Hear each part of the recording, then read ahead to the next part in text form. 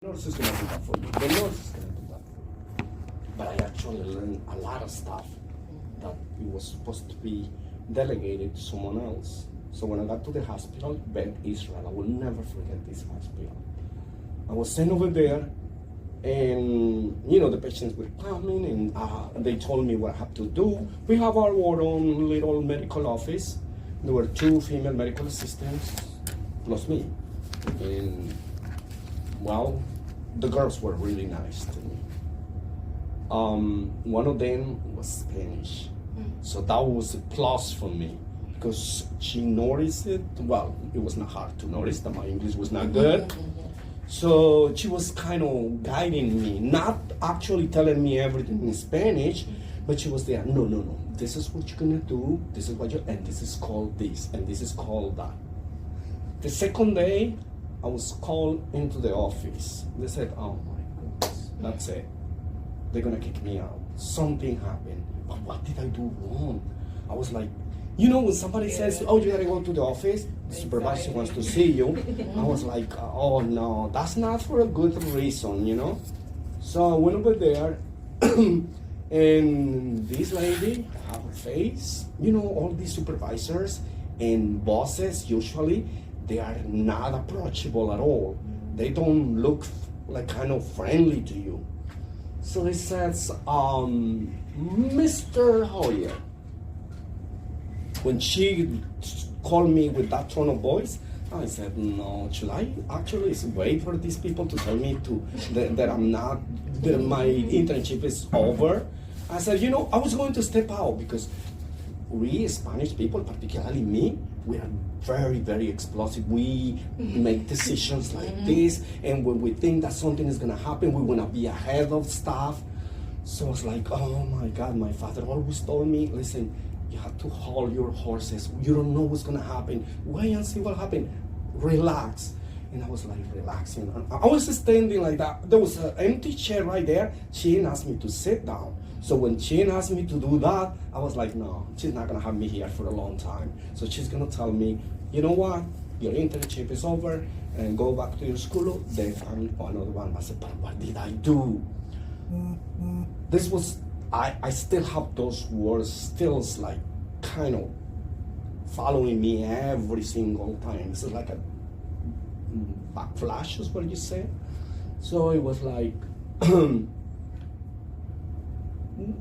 what have you been doing before? Before you doing this, what was your job before? I said, I never worked. So you never worked? So no, I just graduated from high school, and I did some little things here and there, and then you move here. So, how did you learn this? The medical. I was like, oh, I went to school. This is my internship. But that was my English was so. That's what I thought she was asking me. And she was nice because she was speaking kind of slow, and I understood certain things. So I put together the rest that I couldn't understand. So I said, no experience. Okay. Had you gone to school in your country for medical? I said, no. You never tell anyone all the things that you know. Because in this country, what happens is when you know too much, it's not good. Because they think that you're gonna go over and you're gonna get them in trouble. Oh no, this person is gonna think that they know everything. I learned my lesson, so I said, no, I don't have no background in medical. It is just the medical assistant that I just finished. So I said, well, people is talking about you. I said, that's it. That's it. Yeah, what do you mean people is talking about you? Usually you should kind of respond, okay, be more specific. Who's talking? Because people, it's many people. So who is it? So then I was like, I think that she saw my face and things like that. And she noticed that I was hesitant to respond certain questions, right? So she said, just give me a minute. She called someone, and one of the nurses came that was bilingual, and she started translating. And she said, ask him this. I understood things, but I couldn't respond sometimes, So she was like, oh, tell him that, again, the same questions that if I have experience. I told her, no, I have no experience. I never did any medical. I just went to high school, finished, because I came here when I was still very young. So then she said, oh, okay. Tell him how he knows all this. I understood what she was saying, but I didn't know how to respond. She said, hey, the same thing. And I said her in Spanish. I said, listen, this is what I like. So when I start doing this course, well, I learn a lot of stuff. And I like to read a lot. There was no YouTube, there was no internet, so there's no way that I can say, oh, well, I was searching on the internet. Oh, no. So then she says, tell him that people is talking a lot about him. Now, I understood that, but I didn't know in which sense she was saying it. She says, okay. She said the people is saying a lot of things about you. Then of course, she was speaking Spanish with me. I kind of went and told her like my feelings, right? I said, okay, yeah, they're talking about me, but they're talking about me in good terms and bad terms. There is anything that, are they gonna kick me out from here? That's what, I asked her, yeah, because the other one didn't understand Spanish. I said, are they gonna kick me out from here? I mean, they want me here. I mean, let me know. Listen, there's no problem, because the school said that if I don't stay in one place, then you can find me another place.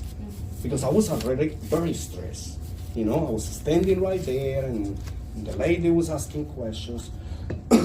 He says, no, they are saying very good things about him. And that's what I want to know, what experience he has. What is the background? What is his background? And it says, because we decide to hire him. Oh my God, when I said to hire him, I kind of relaxed myself and said, oh, can I sit, please? Yeah, because my belly was like going this way. I said, oh my God, I'm gonna develop hernia right here. So I said, tell him if he would like to be working here. My goodness. I was new in this country, and somebody tell you that you're gonna be working in a hospital? I was like, oh, of course. And then, I try not to show like too much of, excitement. And I said, oh, sure, not a problem, but there is an issue. I said, what is it? The money, right? I said, no, that was the last thing I was thinking about, money. I said, no, the issue is that, I just started my internship. And I have to do, at that time, 200 hours. And that was my second day. Then I said, I have 200 hours still to go. But after that, if you guys still decide to hire me, then I will be more than glad to take it. Says, no, we just was waiting for you to say it, because we already contacted the school, and the school is waiving all the hours. We're gonna give you a letter to the school, and the school is gonna give you the hours as if you have completed the internship. I said, I still couldn't believe it. I said, no, this gotta be a trick. These people is trying to kick me out and then say that they're gonna hire me, and then actually not gonna hire me. Then the lady took a bunch of papers, says, you're gonna go to the human resources, you're gonna get in this, and she put a signature right there and says that I sent you. There's a position right now available, and I want you in that position. And the other one, the lady was explaining me all that. Because this is a huge hospital, they don't have the human resources in the same hospital. They have it in an office in a different area. So they send me to an address. I said, just find the address, here it is, and try to, figure out what train. They told me some stuff. And you go there, that was Tuesday. So you can go home now. On Monday, you can start working right here. So on Monday, you come here. But before that, when you go to human resources, you're gonna come back here, like on Thursday or Friday.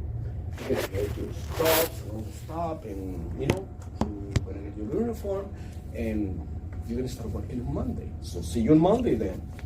I still couldn't believe. I said, no, these people is kicking me out, and they gave me the job.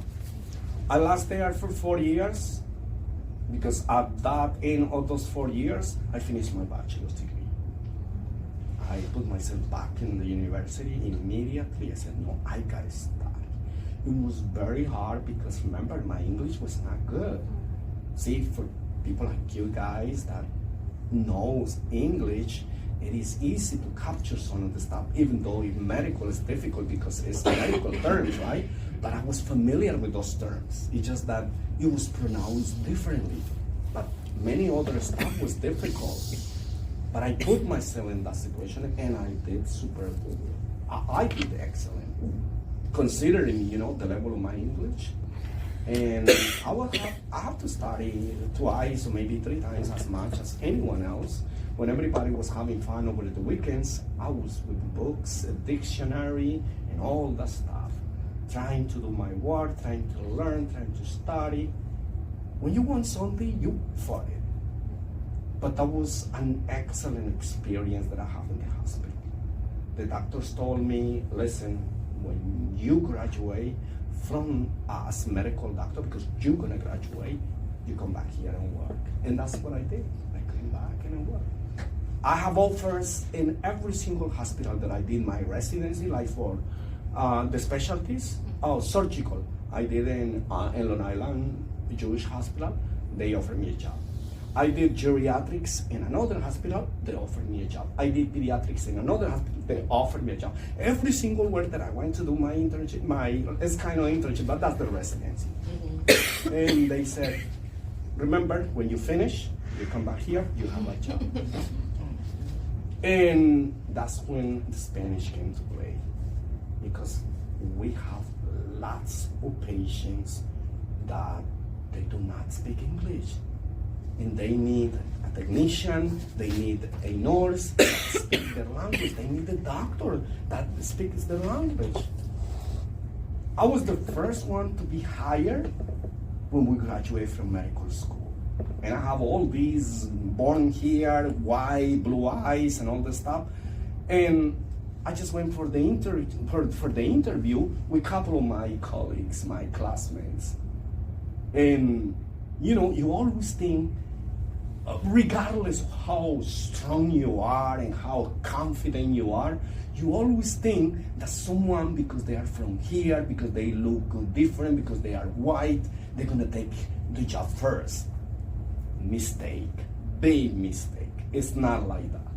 There was once that I was kind of stepping out from that office when I saw all these white people over there waiting for the position. I said, oh no, I'm not gonna come here. I'm wasting my time. And then again, the words of my dad was like, you never give up. When they tell you no, that's when you say, okay, time to move on, look in another place. I went for different interviews because I want to see how is it? What was the offer? Which department they are offering me? So I just want to prove myself. And I want to show the other ones, because you have to prove yourself. I want to show the other ones that, oh no, they just called him from one place. No. Oh, well, I'm going to go for an interview to this place. Oh, I wasn't going to that interview. I'm going now. Yeah, just to prove myself. Even though if I didn't get hired, I already have a job.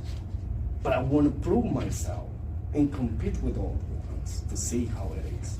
And I'm telling you, 90% of all those positions, they were offered to me. And these guys were coming, oh yeah, I got the job. So I said, oh, congratulations. Because after 7 years being in school, I learned a lot, right?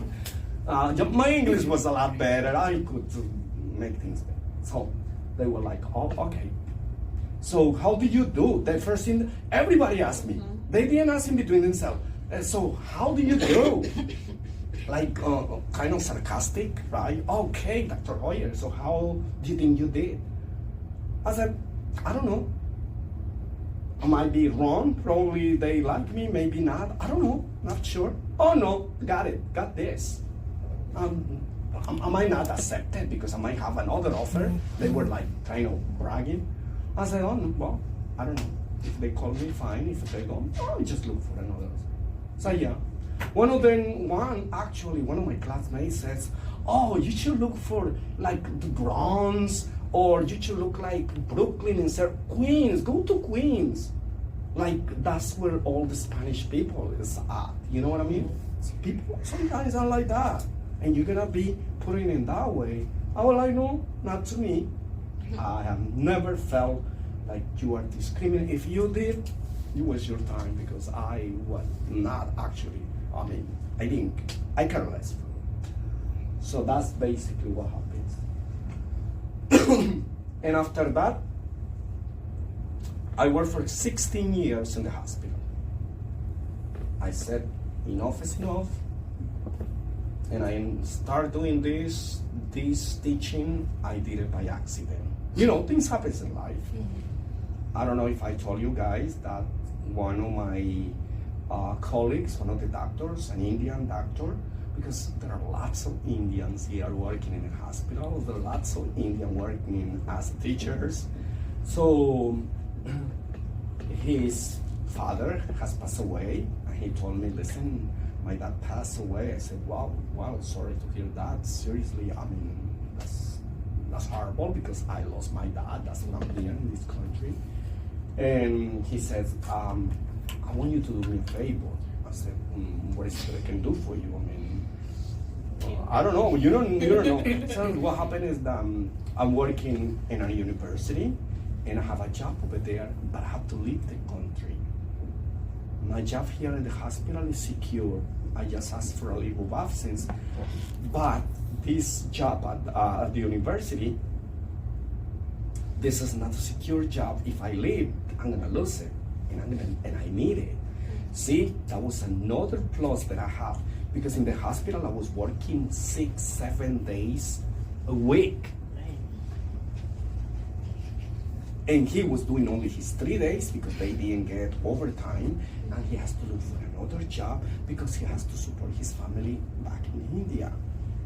See, Indians, you know, the culture of the Indians is that if the oldest person in the family passes away or cannot respond for the family, the next level, the next person, it needs to be responsible. And he was the one. He was the oldest son, and his father passed away. Now he has to go there and try to support the family and do whatever it takes. Because remember, women don't work. But when you say support the family, it's like the mom. Pay for everything. No, and the brothers and the sisters, whatever is minor. Yeah. Because he's responsible for it. Even though if they are. She never made me. I'm trying to break that cycle with my mom right now. She's doing the same thing with her family in the DR. Spanish people have, well, different way of doing things. That's no, but here is because of the culture. Yeah. And you have to do that. So he said, please cover for my classes, and I said, teaching me? That, I mean, how can I go and teaching in English? I said, no. I felt comfortable speaking in English, seeing my patients, but teaching, I said, no, this is not me. I never taught classes before. So he says, oh my God, nobody wants to help me, blah, blah, blah, blah, blah, blah. Finally, I felt sorry for him. And because he said, I said, okay, what courses are you teaching? I said, I'm teaching mostly for nursing and the pre-meds. You're gonna be teaching biology, you're gonna be teaching anatomy and physiology, you're gonna be teaching law and ethics, you're gonna be teaching that.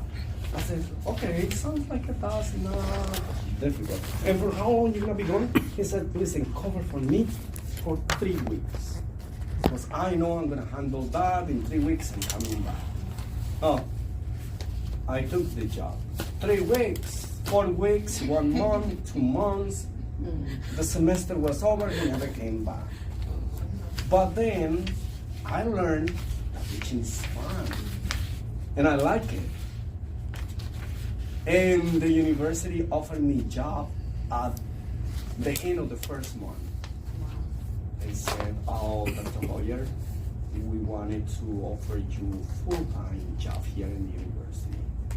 I said, wow, I really appreciate that, but unfortunately, I cannot do it because I have my job in the hospital. I said, oh no, but you can do it on your off time. I do most of my time because, you know, you're not gonna pay me what I'm making over there. So we're gonna think about it.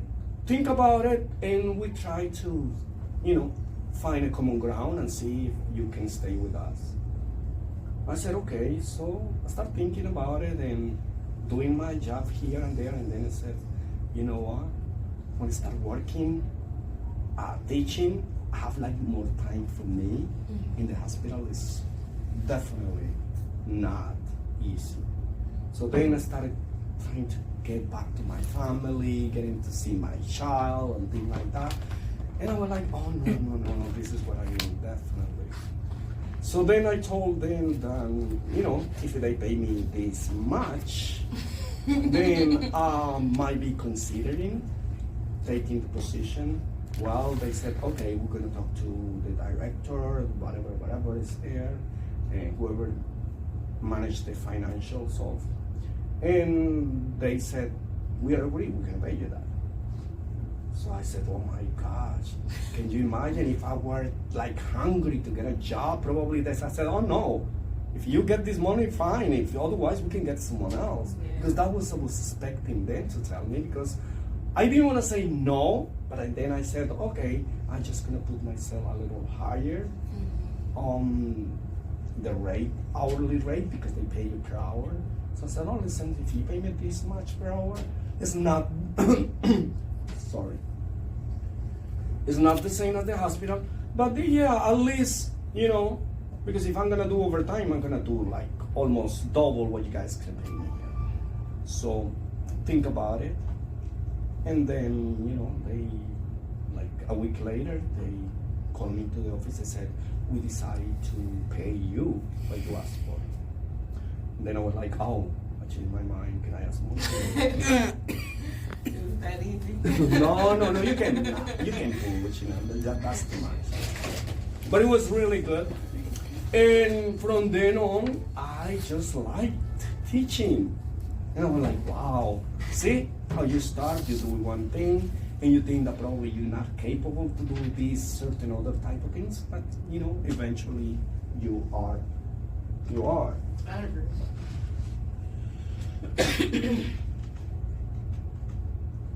You just have to, put yourself in there and say, hey, listen, I want to do it.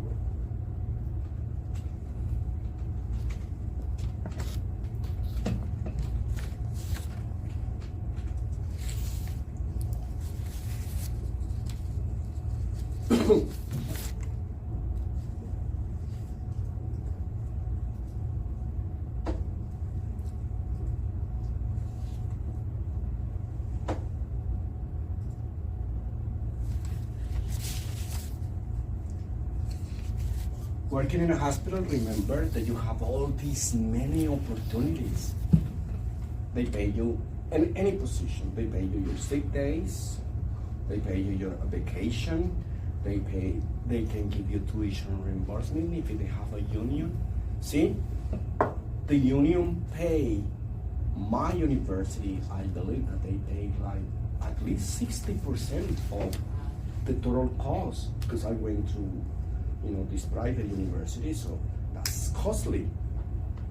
The doctors that I was working with as a medical assistant, they gave me all the books that I need, every textbook that they required for my studies, they gave it to me. They bought it for me. They gave me, I have like 10 stethoscopes. They gave me the equipment that I need to check the eyes, the ears, and the nose, and the throat, everything. They gave me all that stuff. So people were really nice to me. So you have to, sometimes appreciate that. And that's what I said, even though if they're gonna pay me a little more somewhere else, I'm gonna go back to the place that support me when I need it. So that was the best thing that happens to me. Now I told my son, if you graduate as a psychologist, because he's 2 years down his program, so I said, if you want to work at the hospital that I work, I can recommend you over there. But if you want to do something else, because as a psychologist, you can work in any place. Even you can work in a company, checking the people that works there, right? Because they have all these workshops and stuff like that for sexual harassment, how to deal with stress and all these problems that arises, people, we have a lot of issues. So I said, listen, you can work anywhere that you want. So let's see if that's what he's gonna do. Okay, so yesterday we start with rhythms originated in the sinus node. Remember the sinus? Everybody signed the appendix? Remember, the sinus node is the main battery. This is the main source of energy. It is a natural, remember, this is the natural pacemaker.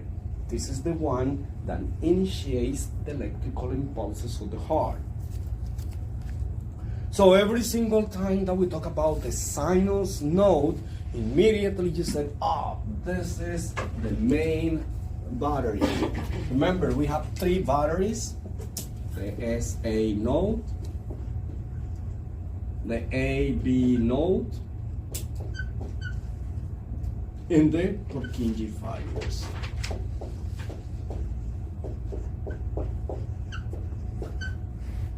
These are the three sources of energy, the ones that helps the muscle of the heart to contract and allow the blood to be pumped from the ventricles and from the atrium.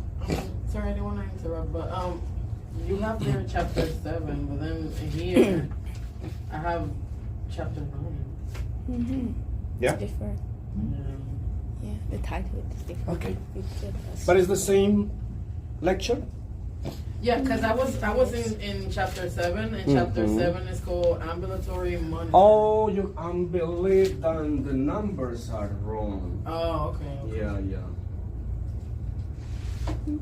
See? Oh, yeah. Look at this. The ambulatory says, so this is supposed to be 9, so the numbers are wrong. Okay, so that's 9. Got it. number 9. Oh. I didn't even notice.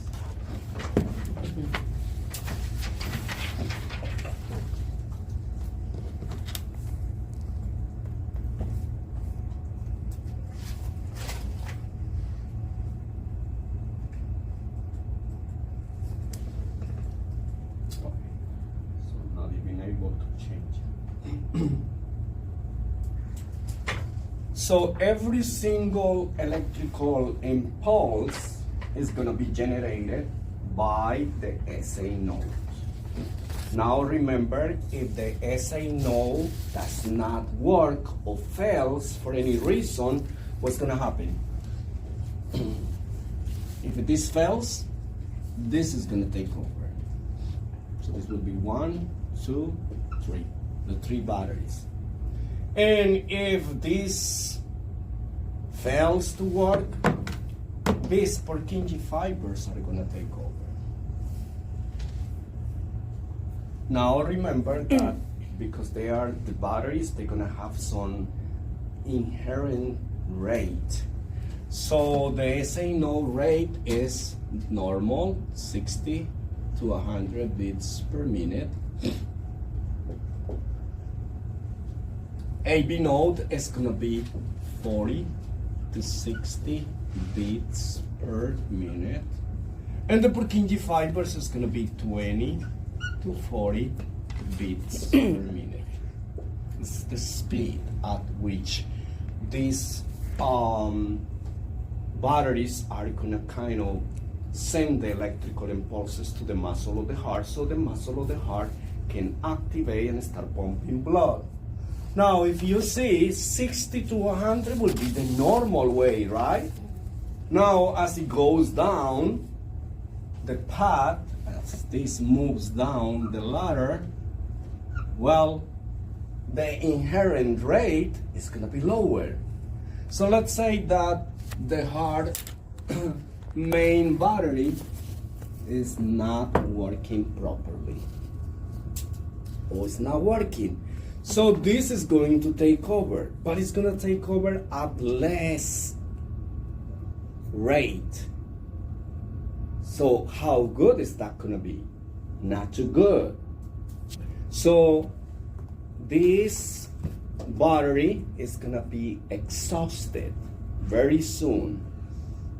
Then it's gonna shut down, and this is gonna take over, the Purkinje fibers.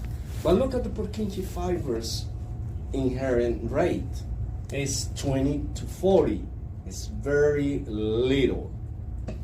So the person is gonna go in this unconscious state at this time. So if the main battery is not functioning, the patient is not gonna die immediately. If this fails, the first one, and it's very complicated, the patient is gonna go into this stage. Here, the patient has 24 hours to be revived, right here. If the patient develops something and still is kind of, moving, here, the patient is gonna have 2 hours. Here we're gonna have 8 hours. Now nobody's gonna ask you that, but here the patient is gonna have 2 hours. That's to survive? Yes, if medical attention is not rendered to this patient within 2 hours, this patient is gone. So before that, we have to capture it in the early stages because we have more time to treat the patient. But if you wait, you disregard, or the doctor misses a diagnosis, what's gonna happen? The patient is gonna move to this stage. That's gonna be almost too late because right here in this stage, the patient is unconscious. So the patient is receiving CPR. The patient is probably intubated, giving them oxygen, doing the electrical shocks. That's when you see in the movies giving the electrical shocks when the patient comes to this stage, because we need kind to activate these batteries back again. But they will not be activated by just giving CPR. CPR is only the mechanical way that we're gonna be assisting the patient because we have hands, we have people, anybody can do it. So we only did do the electric shock during the stage 3, like. After, right here, not before. Okay. So once again, it's very important for us to understand, because can you imagine a loved one collapses. You go there, check for a pulse, no pulse, it's not bleeding. Immediately you start doing CPR, because what you're doing is mechanically, you kind of compressing on the chest of the patient so the heart can pump blood to keep the brain going. Because if the brain fails, what is the purpose of saving you? Mm-hmm. You're dead. If you are brain dead, you're dead. You will never get up from that table. So we try to save you by pumping blood, getting oxygen to your brain and to your heart. Because these are the 2 organs that you have to keep alive. But if it goes beyond this time, that's it. Patient has brain dead, nothing to do. So that's basically what it is. So this is very important because we need to make sure that every battery in the heart of the patient is working normally. So that's basically what it's telling you right here. That this main battery is the one that provides electrical impulses to the atria. But then, remember the electrical flow of the heart that starts in the atria on the SA node. Then we have some cables, so to speak, that goes to the left atrium and to the AB node. Here we have another battery, and then splits those cables down to the ventricles and one to the right ventricle, one to the left ventricle, and from there we have these fibers that are called the Purkinje fibers that are the one who's going to activate the ventricles. So that's basically what we need to know. So if we were talking about the sinus rhythm, once again, we know already that all the electrical impulses are being generated from the sinus, from the main battery. That's basically what it is. So if we have the electrical impulses, so how do we know that this was generated directly from the SA node? Because we're going to see the P wave. Because we're going to see a QRS after, and then we're going to see a T wave. That's how we know that it's a sinus. Is that sinus needs to be normal? No.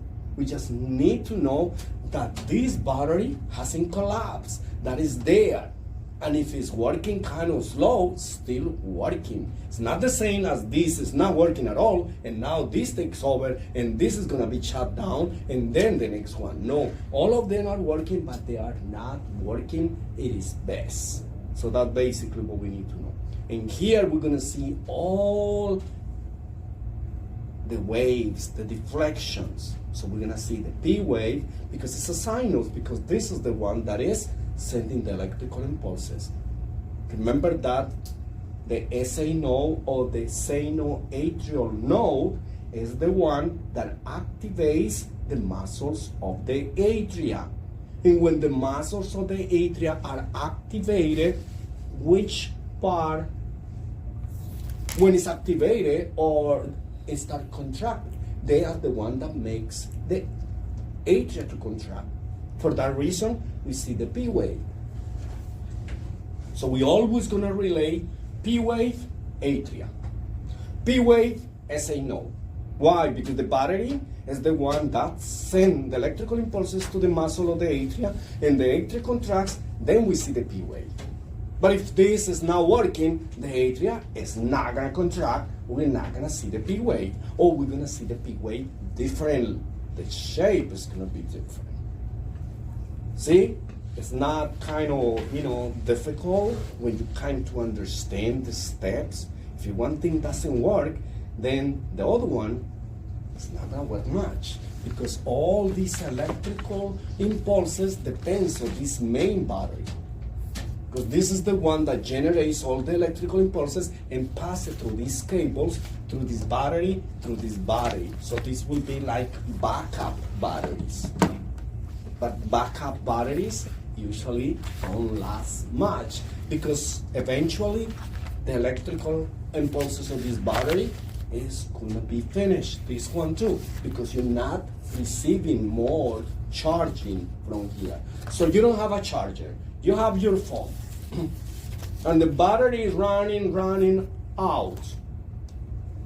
What are you gonna do? Nothing. If you don't have the charger, if you don't have the charger, which is this one, the battery is gonna be out soon. So this will be 8 hours, this battery.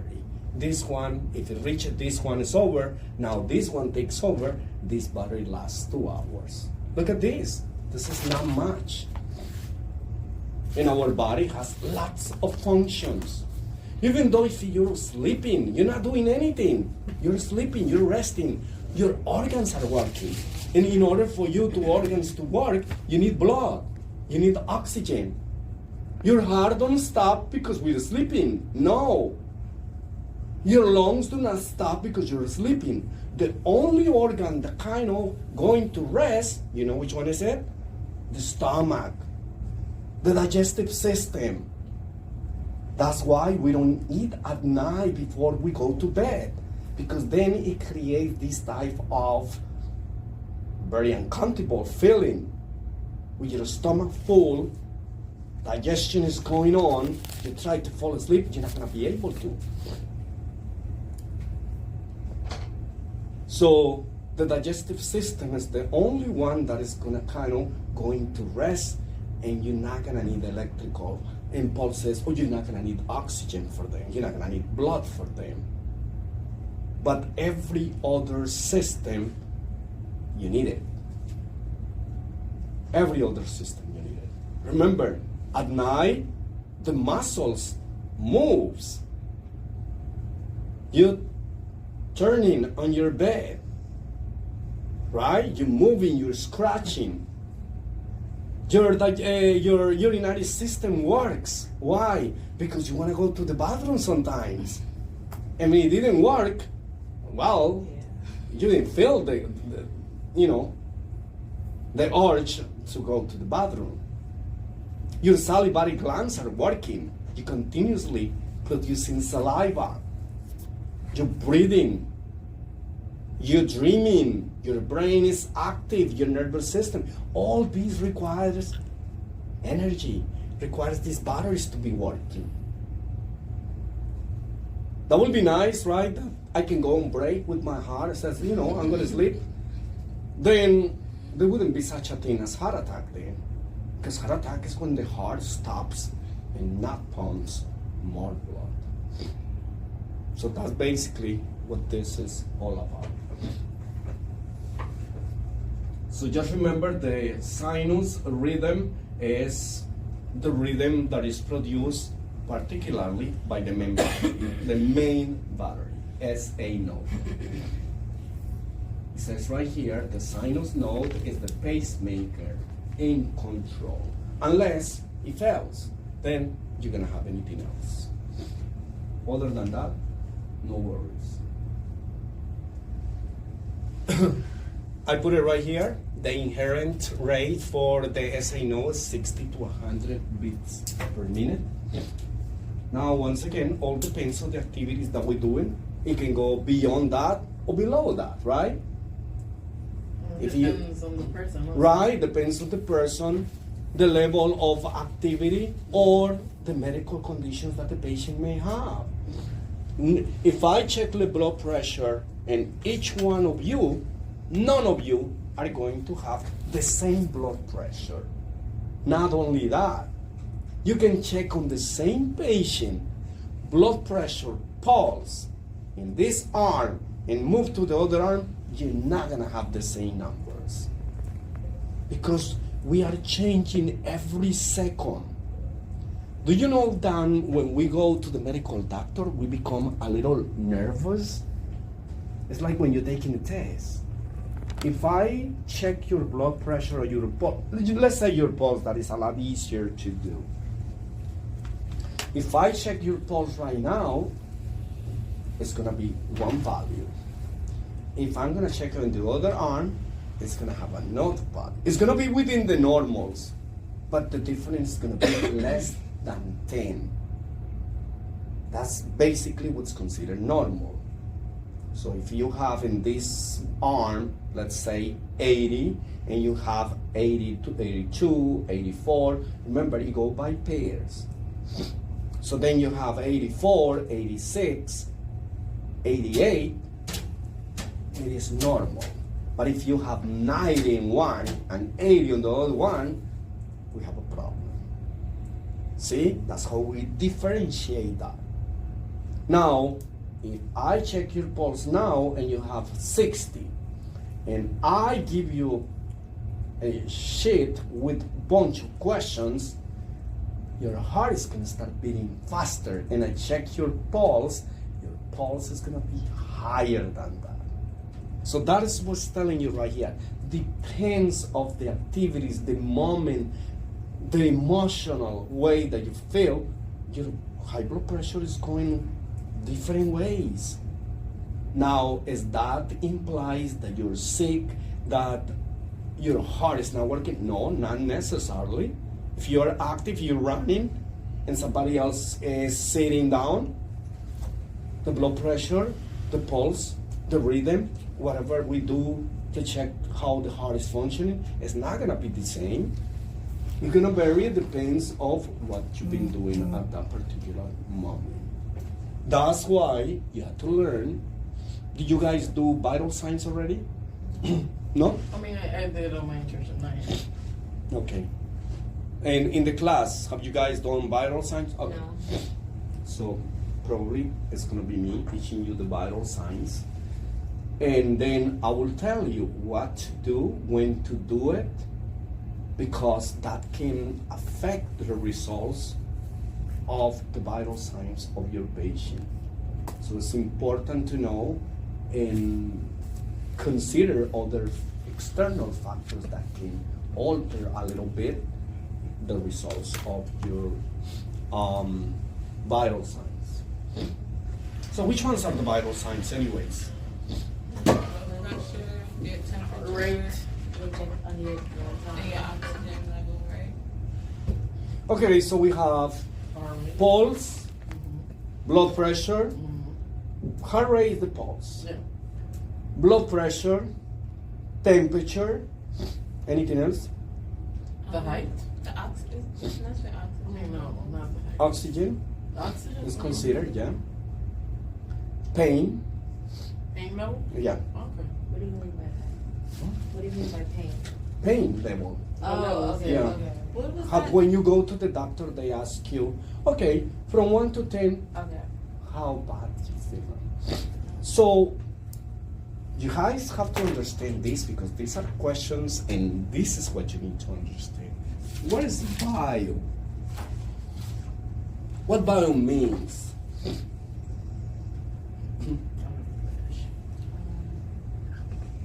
Bio means It's like yourself? Like, life. When you said biology, see? Study of life. Life. So if I said vital signs is something that is vital for you to survive. See? My pulse, if my pulse is too high, too low, that is vital for me. If it is too high, it's not good. If it is below normal ranges, not good. Right? I can die from that. Now, my blood pressure is the same. My temperature, if my temperature goes very high, not good. Too low, below normal ranges, not good. I can die from that. Now, this will be my level of oxygen. If it is too low, not good. If it is too high, well, not good either. Do you know that if you come to the hospital and you're having an asthma attack, and I give you oxygen, and I give you more oxygen that you need, I kill you. You know that happens. If you drink more water than you need, you can kill yourself. It's like an overdose. You get intoxicated. Sometimes people do things that they think, oh no, but this is normal. Oh no, that's not gonna do any harm. Well, think twice. So that's what we said, vital signs, because it's something that has to do with the life. Now, weight and height, they are not vital signs. They are called measurements. Because I'm tall, or you tall, or because I'm short, I'm not gonna die because I'm short. That's not a medical condition, right? Yeah, if you go beyond certain amount of weight, depending on your age, your gender, but that's not gonna kill you because of that. Yeah, it's gonna be a risk factor to develop certain conditions, not that you're gonna die. I know people that has been obese the entire life, and I see someone who's skinny, that looks very healthy, and they have a bunch of stuff. And the other one, laughing. So, has nothing to do, yes, it's gonna cause a little more risks, but that's not the case. So bio, something that is a living life, something that produces, that maintains a life. So that's what we So you said pulse, blood pressure, pain level, oxygen, and temperature. Mm-hmm. The only thing that you do not put into the vital signs is height and weight, because these are measurements. But that will be discussed. And it makes sense. So,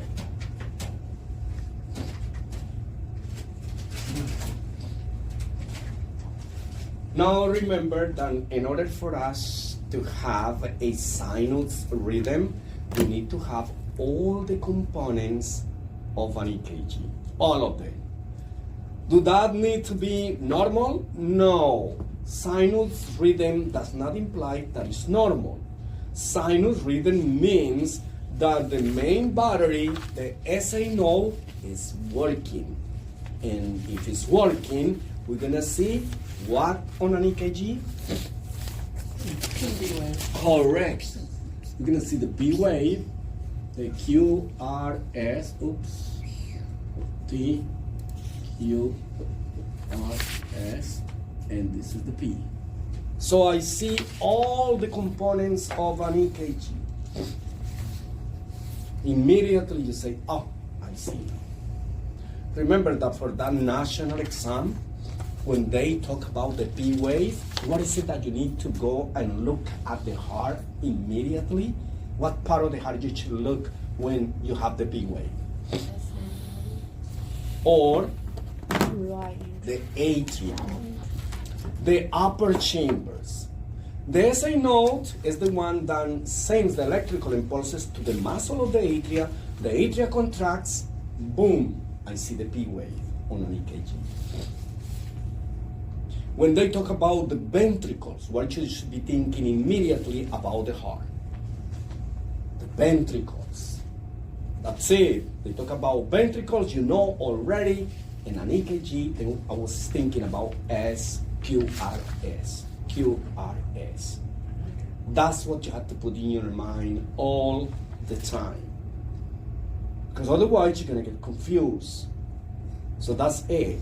Contraction, contraction. When the atria contracts, immediately I see the P wave. But what makes the atria to contract? The SA node. When the ventricles contract, what do you see on an EKG? QRS. Correct. What makes the ventricles to contract? SA. It's right here. It's right here. This contracts the atria, this contracts the ventricles. What about this? What did this do? I thought I saw the contract signal sent from This SA node. contracts the atria. This contracts ventricles.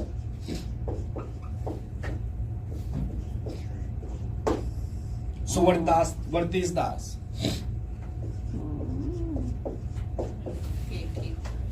Oh, the gate. It's the Open gatekeeper. the bulbs, right?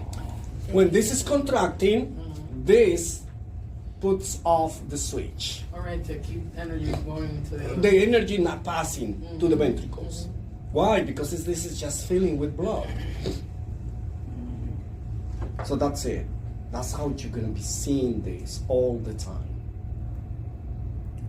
So the AB node doesn't contract the ventricles or the atria. In a normal situation, it doesn't. In an abnormal situation, when this doesn't work, this has to get electrical impulses, send it here, send it here. That's why the battery goes always fast, because it's trying to activate the atria and the ventricles. The same goes with the Purkinje fibers. This is not working, this is not working. The Purkinje fibers tries to contract the entire heart. There's a lot of work for the heart, think about it. And that's why some people survive after having heart attack. Why? Because we caught it on time. Because we caught it the problem earlier. And that's why we have to do all these checkups.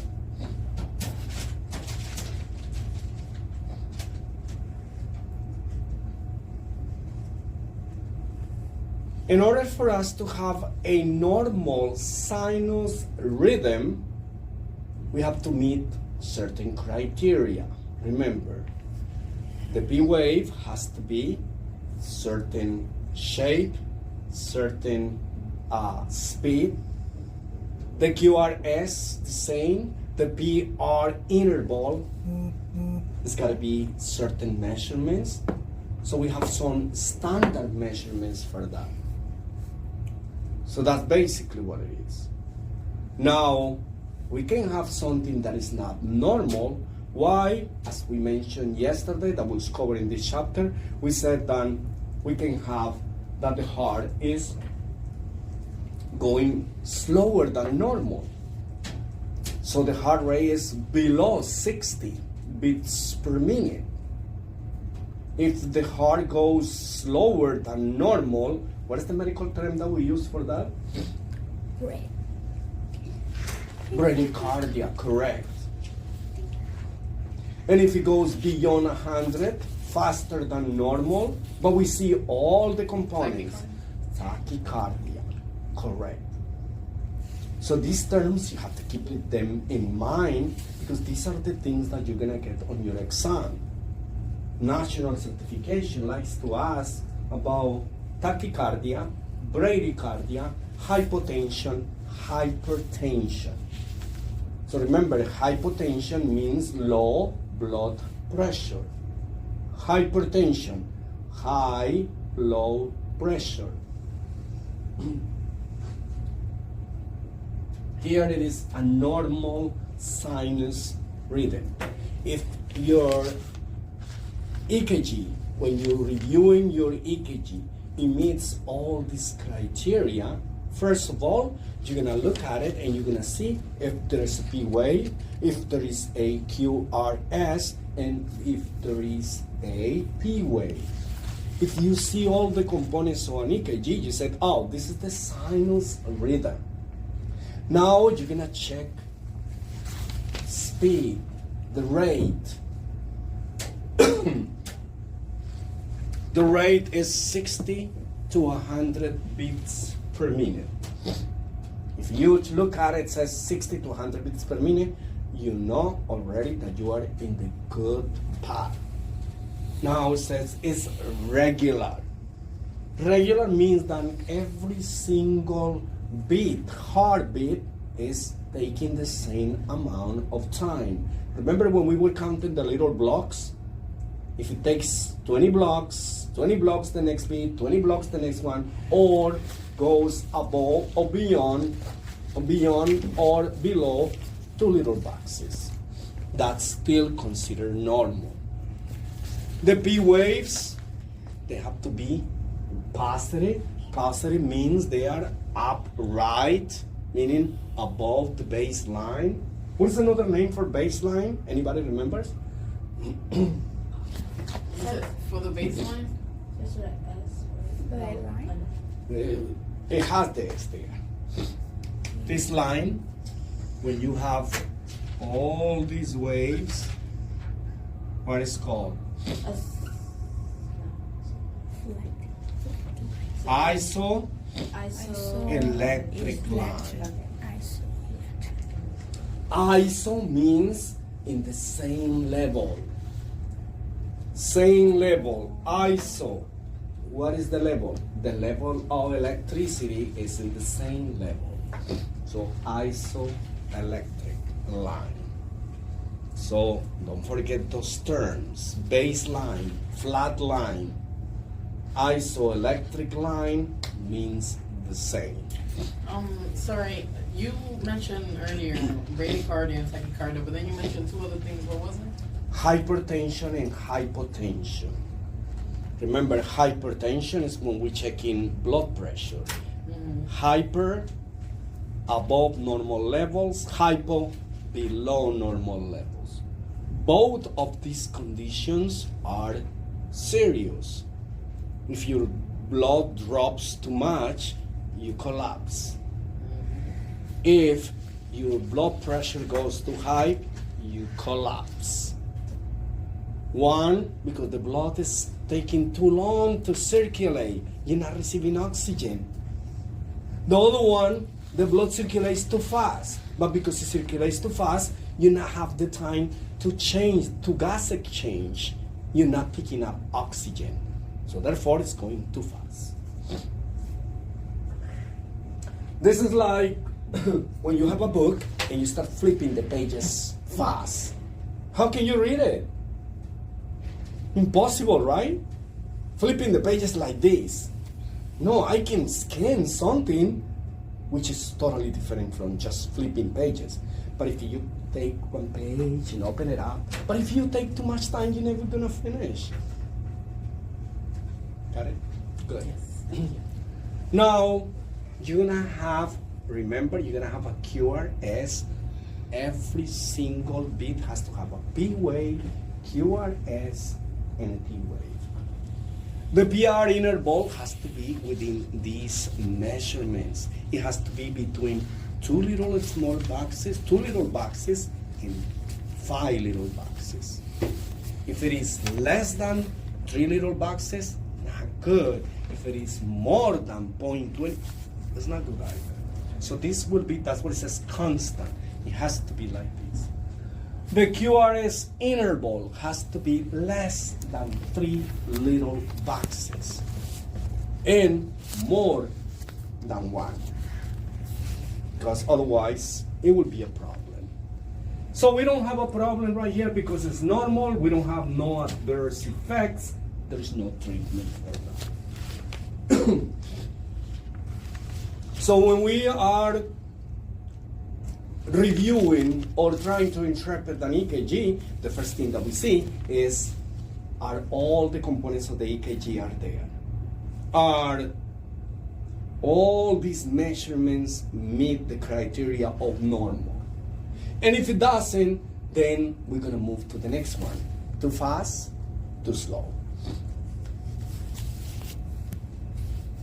Sinus rhythm. Remember that we saw this yesterday, last night?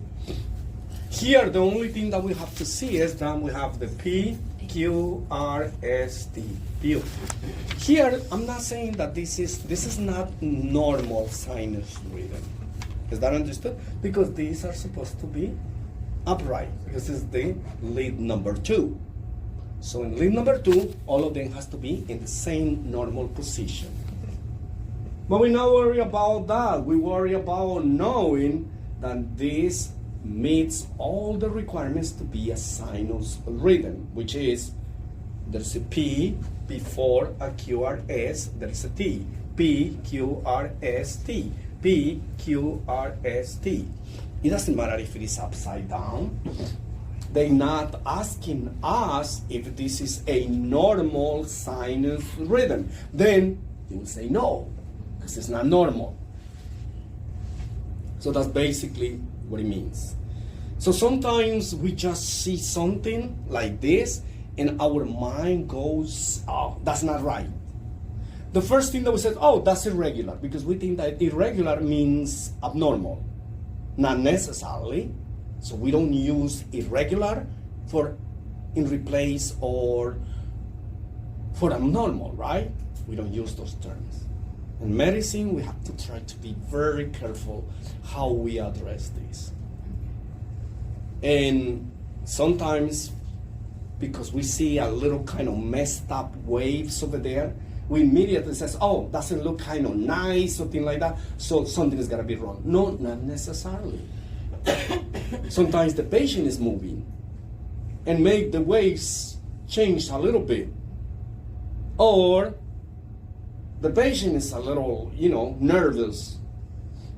So for that reason, things goes a little different way. So we don't go by just that.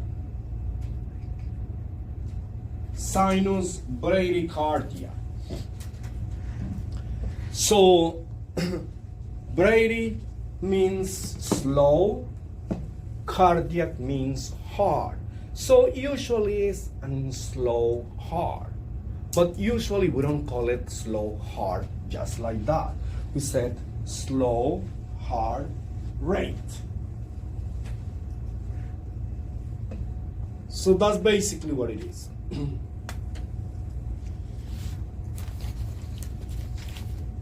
Don't put too much on your heads. I don't want you to memorize any of these. Learn the definitions. What is bradycardia? Bradycardia means slow heart rate. And what is slow heart rate? Less than 60 beats per minute. Because we already know that 60 to 100 beats per minute is the normal heart rate. So if we have less than 60 a year, then we're gonna call it bradycardia. And tachycardia should be more than 100? The opposite, correct. So we're gonna go to that. So let's see right here the picture. If you see, I have it in red. It says rate less than. So be careful with these signs, because sometimes we get a little kind of lost in transcription. When we see something, we confuse these little signs because it's not spelled out. So when they don't spell things out, so don't try to figure it out, something that is not. Remember, if you see a number right here, 80, and you see this symbol like this is less than. It's like holding it, no more. But if I have something that it is like this, the opposite, it means that it continues, it's more than that. If I have this, is equal or less than.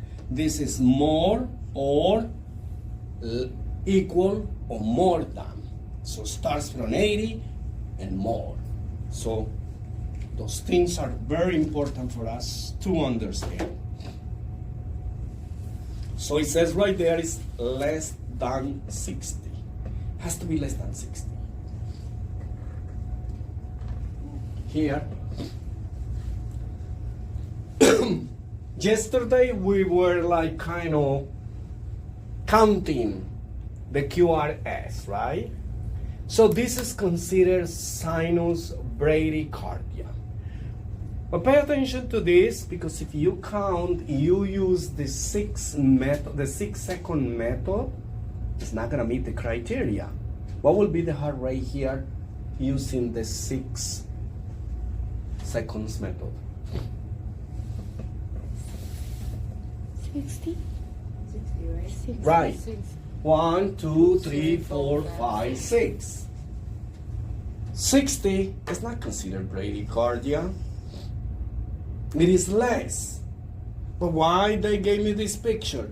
Because the 6-second method is not used when we have a regular heartbeat.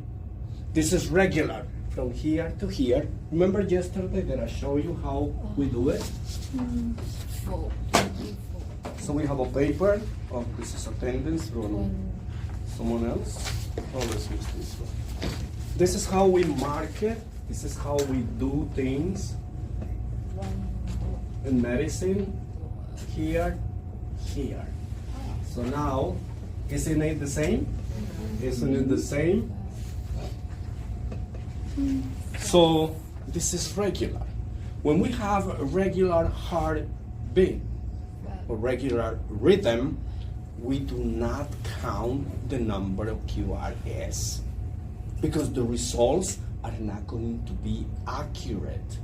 Only we use this when we have an irregular. There are different timing for each heartbeat, so we cannot pick just one because all of them are different. Then we use the QRSs and then we multiply it by 10. Here what we do is, in this case, because not all of them begins and ends in this big line, so we're not gonna use the big blocks because it makes no sense. Which of them goes right exactly on the big blocks? None of them. So it's difficult, right? So we follow the most accurate one. We use the small blocks. So let's say that I pick up this one. Starts right here. How many blocks are here? 5. Small little blocks? 5, 10, 15, 20, 25. How many are here? 26. Divide 1500 by 26. You're gonna get the heart rate. Do it in your phone.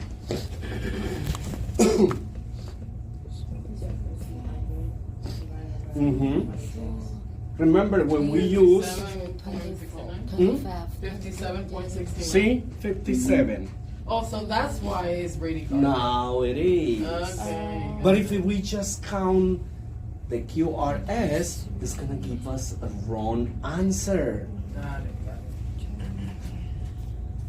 Now we know that it's less than.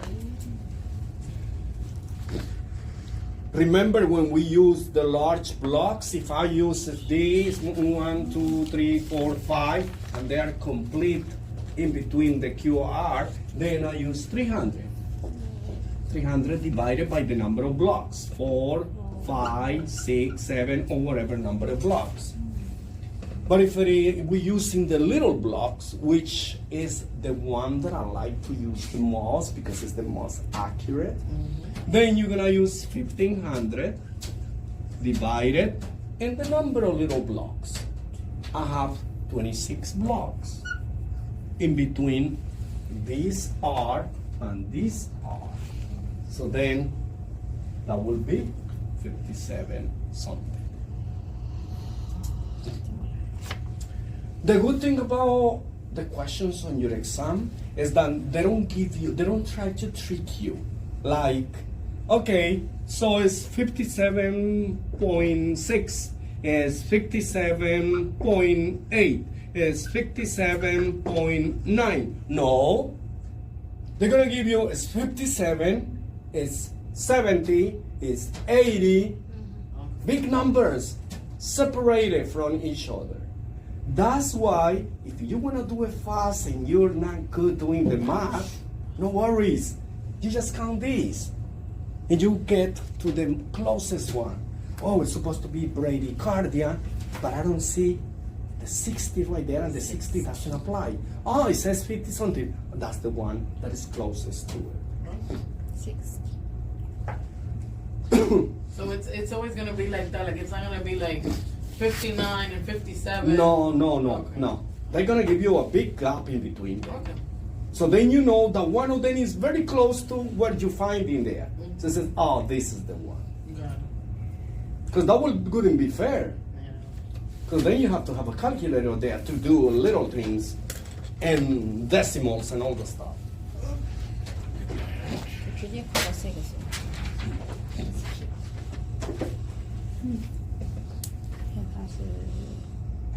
Now the opposite also is true. Remember, in every single thing that we have ups and downs. Normal, above, below. So we have the normal sinus rhythm. Now we just had bradycardia. Now we go tachycardia. Tachy means fast. It's a fast heart. But usually, what do you mean you have a fast heart? No, fast heart rate. So if it goes beyond, remember, if your heart rate goes beyond 100, so it doesn't have to be 100, it has to be 101 and above. So then we know that this patient is having tachycardia. This name is very common. It's well used, and it's just that some people don't understand what it is. But because you came to the school and all the stuff, now you can understand it better.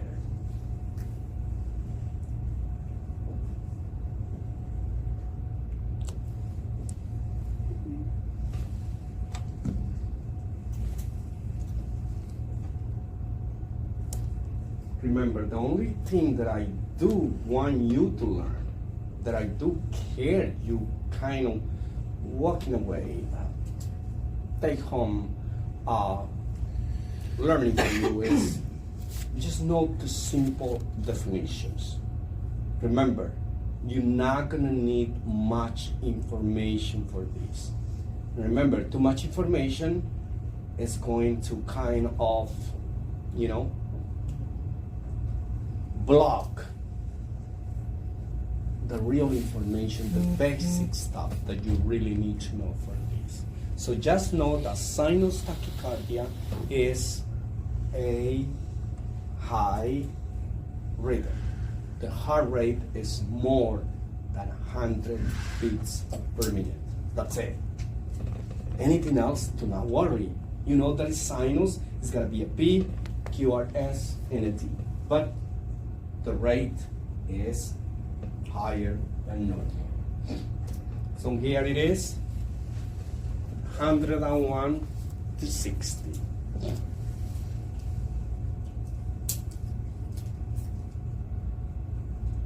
Now, can someone has a heart rate of 200?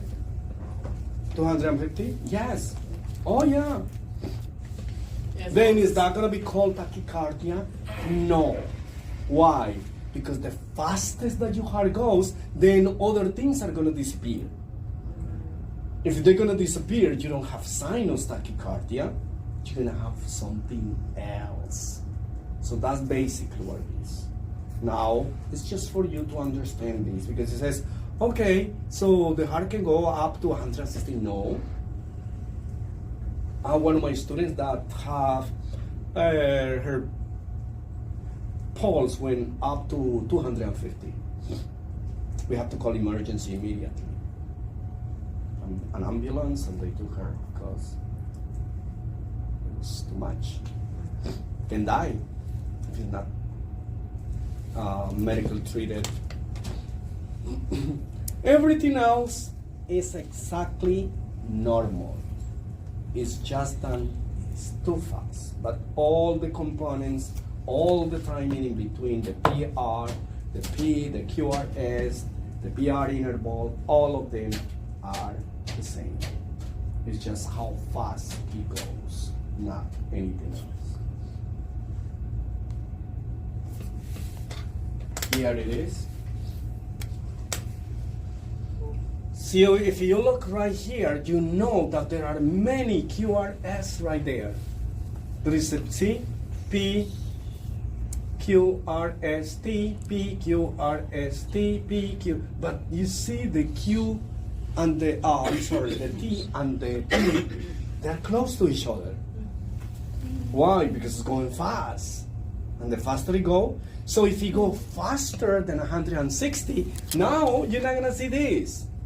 You're gonna see only QRS. Because the old ones are gonna disappear because of how fast it goes.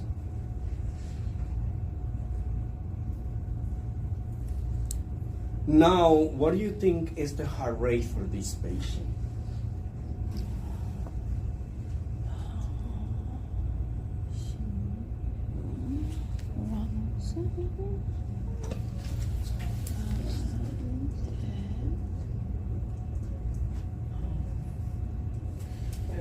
You said by, okay, 50. 136. Okay, how you did it? So I counted 11 from P to P. Okay, anytime that you're gonna read an EKG, pay attention everybody, learn from me, because it's a lot easier. Always look for a Q, an R, that is right on one of those big, heavy lines. So can I start right here? No, because this is off. Can I start right here? It's off, it's off. Oh, this one is nice. Let me see, do I see anything better? No. So this one starts right here, right? So then, how many blocks are little blocks from here to here? Because there are more than 2. So there are 12 little blocks. Correct. Now, if you use the 6 method, what will be the heart rate for that? The what? The 6-second method. It's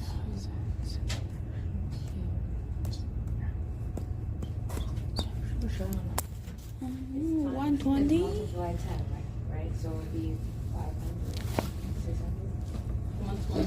120. 1, 2, 3, 4, 5, 6, 7, 8, 9, 10, 11, 12 times 10, 120. And what was the result for the little boxes? 125. So it's not far away. If you're taking a test, not for the life of the saving of the patient, that doesn't work. Because those little extra boxes, that's a lot. But for an exam, I'm not gonna be going there and doing this because I'm wasting my time. And time is moving. So I just said, oh, 120. And you see there, 125, 140, 160, 100. Then immediately says, oh no, this is the one. 125, but I have 120. Ah, that's the one. Remember, it's not gonna be like the numbers too close, because that's usually not the case.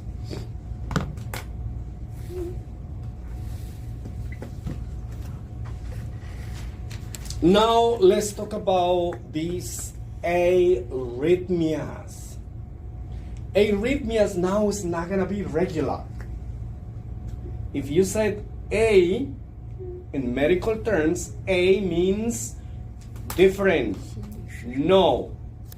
No in rhythmia means rhythm. No rhythm. So let's say that my heart is, the patient heart is beating like this. It's kind of same, right? See? You notice that? That's regular. This is every R. This is an R. This is an R. R. R. That's regular. Now, the heart of this patient is like this. Here, here, here, here, here. This is an R. This is an R. This is an R. R, R, R, R. Is the distance between this looks the same? It's the same? No, it's off. It's off. So this, the distance between here and there, and here and here and here and here, is totally different. They don't even match. If the heart is not beating almost at the same time, which it should be in a normal person, then this is considered irregular. So this will be regular heart rhythm. This will be irregular.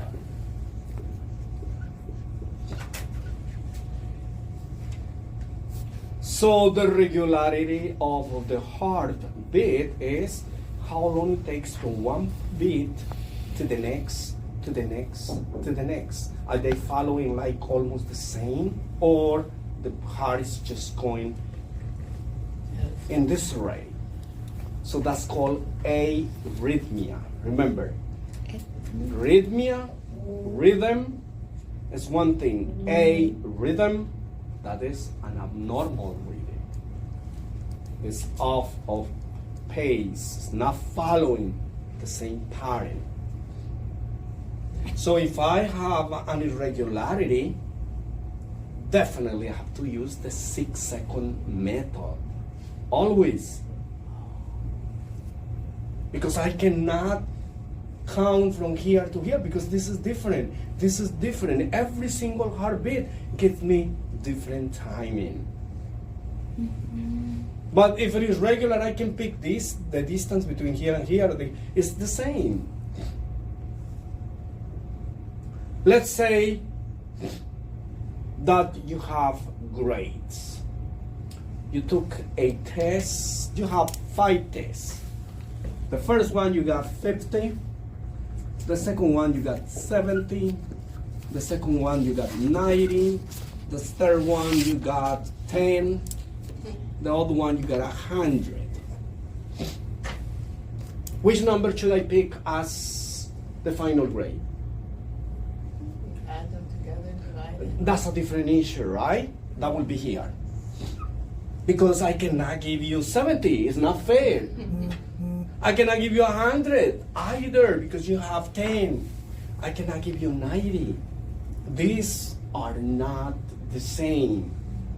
So I cannot pick any of these grades. I cannot pick any of these beats and assume that all of the rest are the same. So I have to get an average here, right? I'm gonna add 50, 70, 90, 10, and 100 and divide it by 5. Well, that's exactly what we do here. We count all the number of QRSs and we're gonna multiply it by 10. Because we cannot pick any one of these because none of them matches the neighboring heartbeats. Is that clear?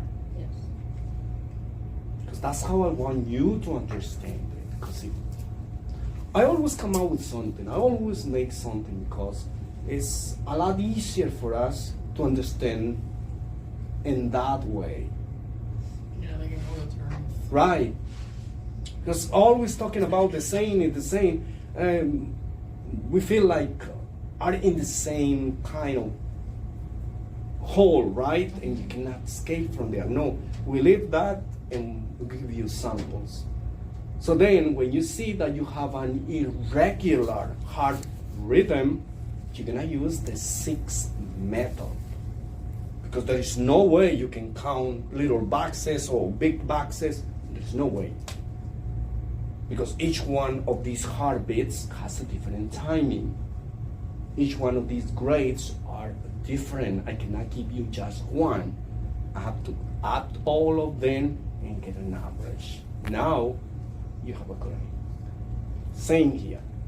So this is basically what it is. Arrhythmia. Only irregular rhythms from the sinus node. You have to see a P, you have to see a QRS, you have to see a T, because it's going to be a sinus arrhythmia. Bradycardia, tachycardia is not a sinus arrhythmia because they are regular. Is that understood? Now we're going to see those two are irregular and see which ones are.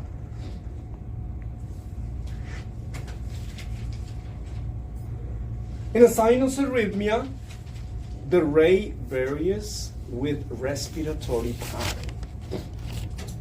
Remember, every time that we breathe, that changes the way our heart rate is. If you are running, you are breathing faster, right? If you are sitting, you are breathing slower. For that reason, everything changes according to that. Remember, when you get nervous, when you get scared, when you are angry, all that changes how your heart rate is going to be. So just because of that does not imply that you're sick. It might be the changes of your emotional state. So we have to see whether it's that, whether it's medication that you're taking, or you have some physical damage in your blood vessels or your heart, or any other medical condition for that matter. Irregular, has to be regular, because it's an arrhythmia, not a sinus rhythm. It's an arrhythmia. P waves are going to be okay. The PR interval is going to be okay. The QRS is going to be okay. It's just that the heart is beating at different pace. We're going to see some of the examples of what's considered arrhythmias. So if we see it right here, this is a sinus arrhythmia. If we count from here to here, from here to here, from here, it looks like similar, but it's not.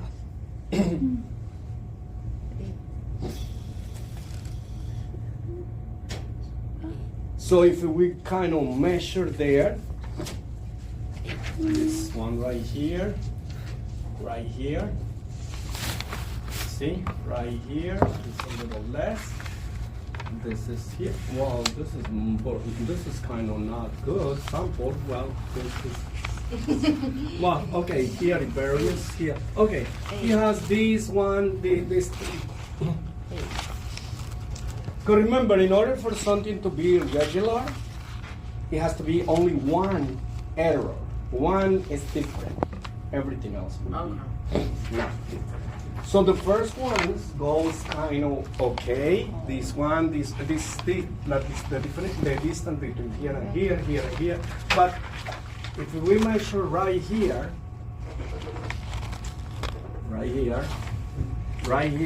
see, it's 1 block less. Here is 3 block less. Look at here. So we have to go through the entire 6 seconds to make sure that we don't miss anything. Because just looking at it, scanning it fast, he might fool us. He might say, oh, that's regular. Because it looks regular, right? Yeah. But when you get to this point, actually I said, oh, wait a minute, this was the wrong slide. But no, it's not. Can we see a P? Yes, QRST, P, QRST, P. So it's sinus. But because it's irregular, here, which method to calculate the heart rate should I use?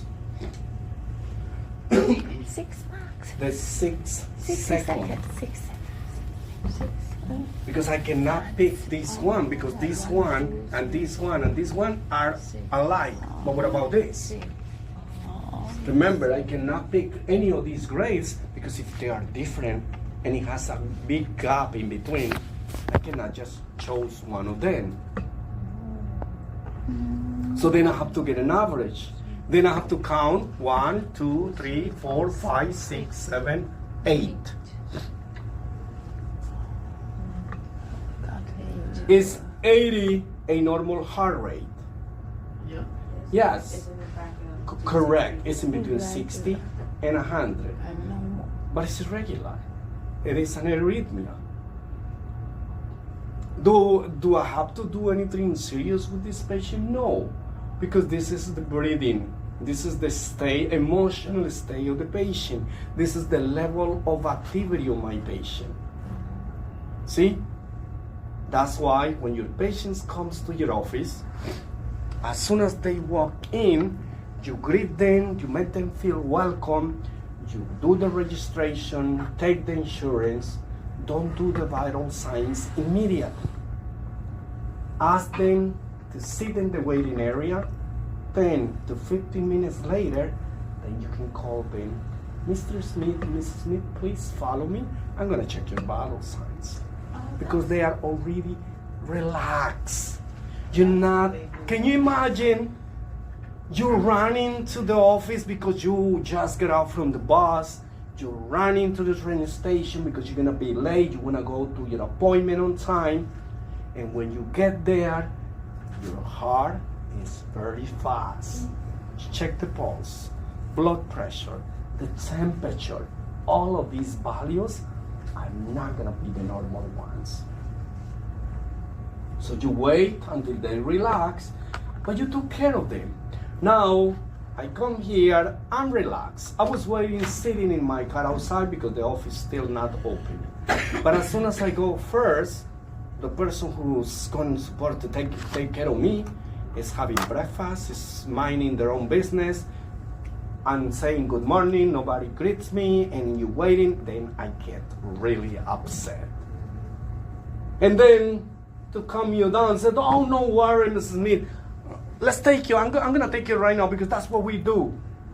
Take them immediately, oh, I'm gonna calm them down, I'm gonna give them something that they want. But you're doing it wrong. Because you're asking them to take the vital signs, and this patient is upset. The machine doesn't know that you're upset, but you do.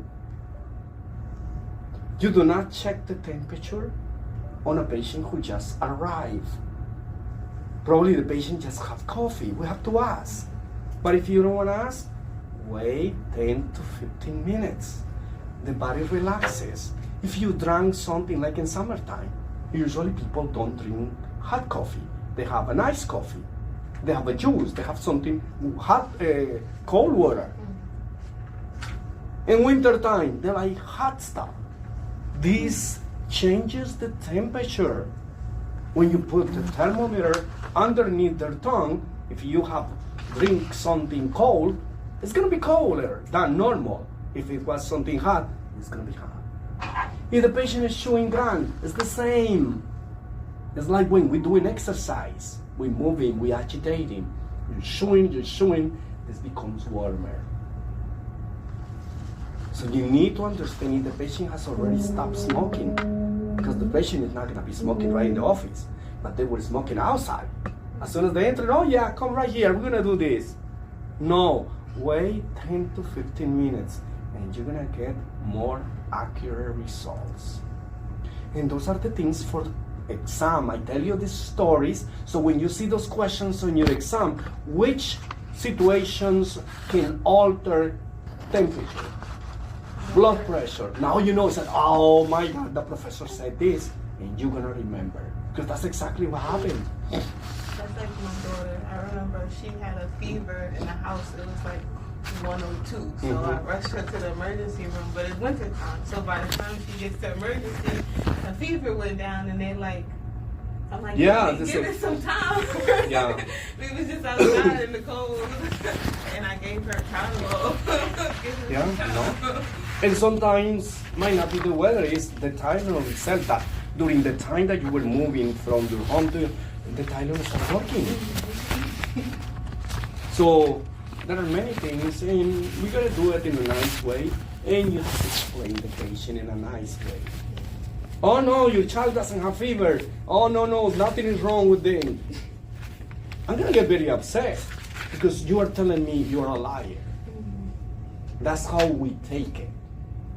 Because if I check my child, or I have a thermometer at home and I have checked the temperature, and now come here and you tell me that my child do not have the fever, or like they don't say that they don't have the fever now.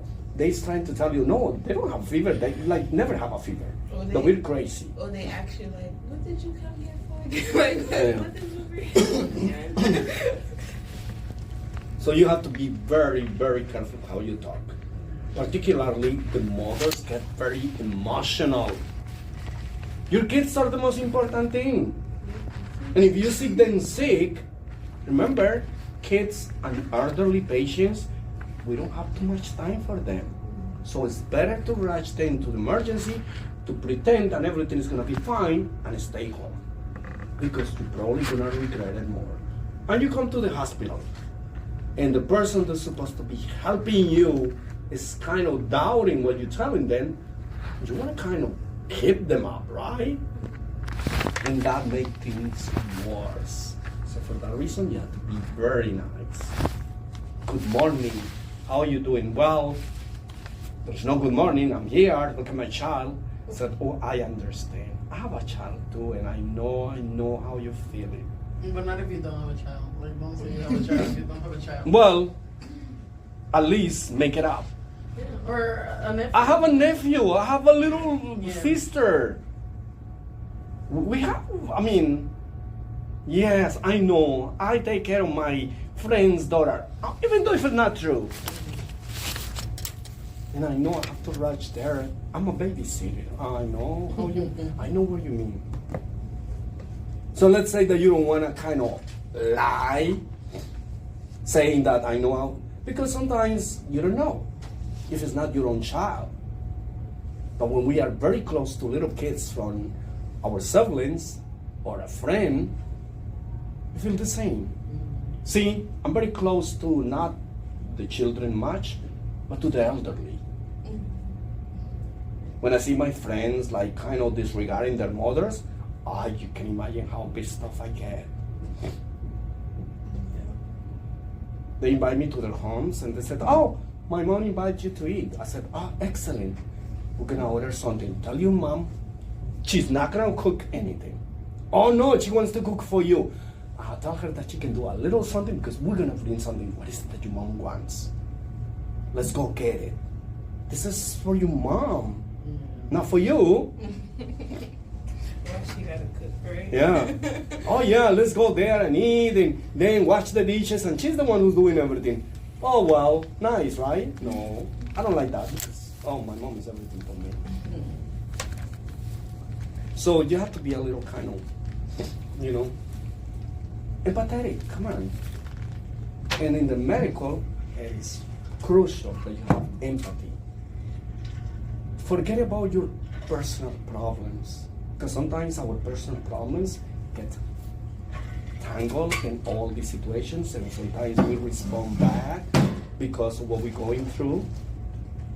But you know what? You have to make the difference, and you have to separate your personal problems with your job. Because now you're not just having a personal issue, you're probably gonna be losing your job because of the way that you're behaving. Now you're gonna add more to your troubles, because being at work is like therapy. You're away from these troubles at least during the daytime. Now you have to be at home. That's gonna be a problem, isn't it? Yeah, because you can't run away from that problem that you had in the first place. Exactly. Yeah. But if you are at work, your mind kind of, Yeah, move from that. but if you have to be at home, Yeah. So just be kind of nice, because it's hard. Sinus arrest. Now still, we kind of, remember, this is arrhythmias. It's not following the normal pattern. So it's not that we're gonna see every single time PQRS. It's the SA node that is sending the electrical impulses, but there are changes. Pause that occurs when the regularity firing sinus node suddenly stops firing. It is an arrest. An arrest is like a pause. Okay? It's a space in which the sinus node is not generating electrical impulses. Therefore, the atria is not contracting. Probably the ventricles are not contracting. Because remember, if the main source doesn't generate energy, how the backup batteries are going to be charged? Doesn't happen.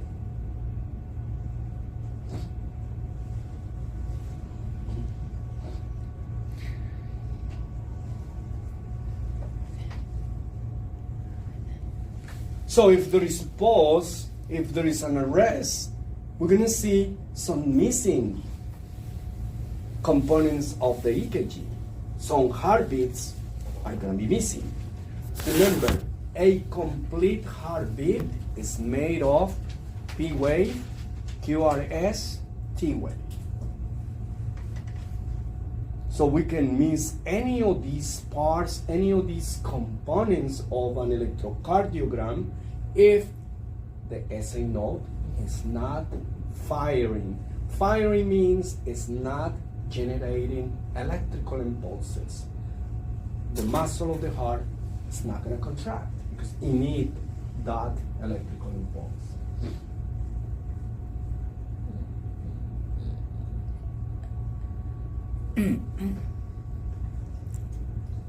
How do you know that? It says right here, rate can occur at any rate because it's an arrhythmia.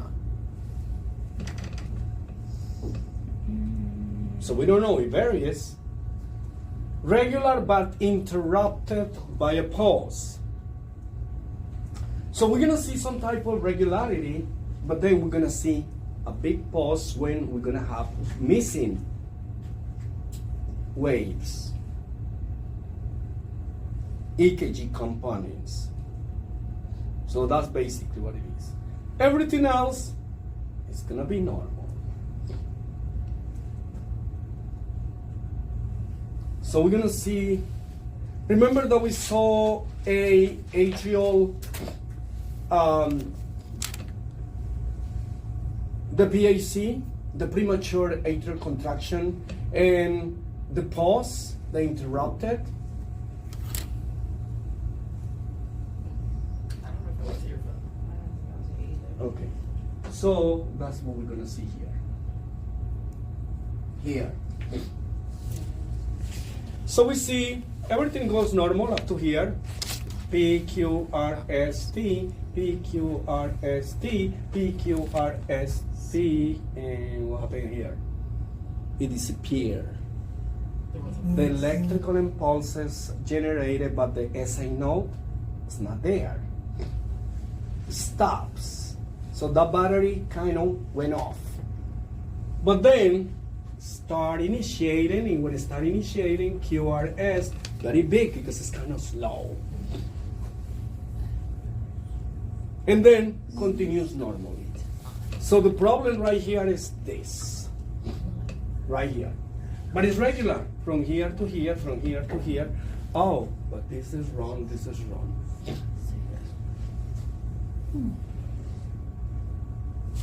The rate is gonna vary because now we have a little disconnection right there. So, what will be the heart rate for this patient? 60.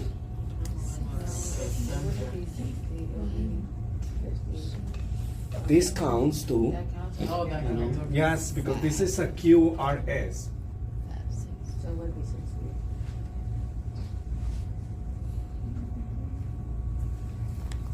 So that will be 60 beats per minute. 16. But even if the big one being how big it is, it still basically counts even. Yeah, that counts as a QRS. Because the heart is going back again. It returned, the electrical impulse returned. So that's still considered a regular, I mean, that's not high or low, right? Because it's at 60. So what is Yeah, it's a normal. It's normal. It's a normal. Now the problem is if in the next leads it continues to show the same pattern, we have a problem. Okay. But if it is in one place, only one heartbeat, the problem, it resolves later on and continues normal, we don't pay much attention to that. We just keep kind of observing how the patient is reacting. Sinus block. Now think about this. If we have a block, remember, arrest, that will be stops. It's space right there. Some waves or deflections are going to be missing, right? This is a pause. Think about you taking the train from your home to the school. And suddenly, in one of the stops, before you reach the last stop, your train stops. The time now to reach your destination is going to increase, right? Because there is a pause. They're waiting for the train that is in front from whatever incident happens on the tracks are corrected before you start moving. But it's going to start moving. The block is different. You are blocked, and that is it. There is no more impulses moving forward. So that's basically what it says right here. So pulse occurs when sinus node fires. It is impulse on time, but impulses exit from sinus node to atrial tissue is blocked. So now we're going to have a presentation in which the atria, the SA node, starts normally the electrical impulses to contract the heart. But when it comes right here to the AB node, right there it stops. The electrical impulses are not going to pass from the AB node to activate the So it's like ventricles. having a short in your charger. Correct. So kind of analogy. So that's basically what it is.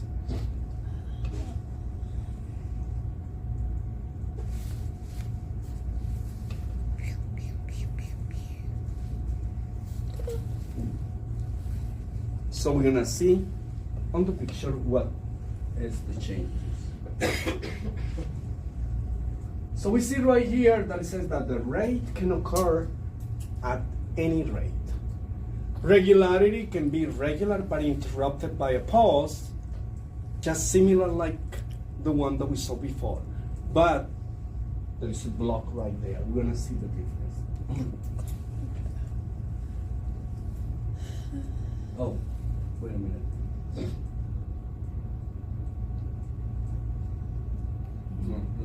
There's no picture right there. Well, but it's going to be similar as the previous one. Is just done. It says right here, pause will be a multiple of previous R intervals. Exactly 2 or more R cycles will fit into the pause. So something is missing. One is pause, the other one is a blockage. So you don't see anything during that part. It's like having a pause, the other is having a block. That's basically what it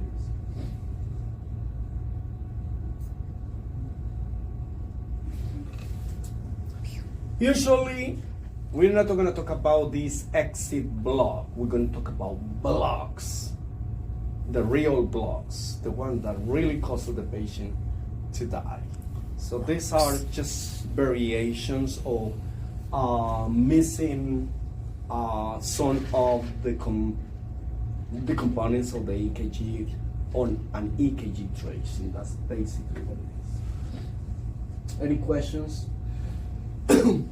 Okay, so what is it that you have to understand from this chapter? Number 1, normal sinus rhythm. How do you know there is a normal sinus rhythm? QR. Correct. And the heart rate is 60 to 100 beats per minute. That's it. That's normal. But it can be a sinus rhythm, not normal sinus rhythm.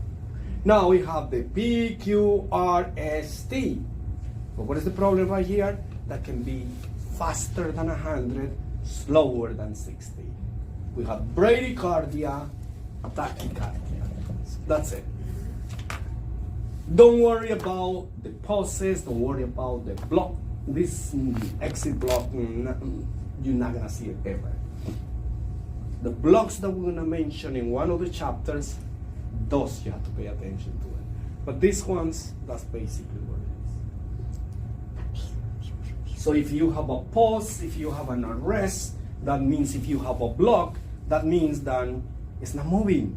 The electrical impulses are not passing from the ventricle, from the atria to the ventricles. Therefore, you're not gonna see, if it is the ventricles that is blocked, you're not gonna see the QRS or the T, because it's not moving.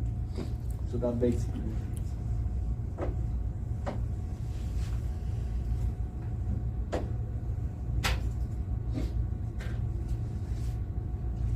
I think that we have break time. Oh yeah. In the meantime, our brains are going to catch up again. There's a lot of stuff.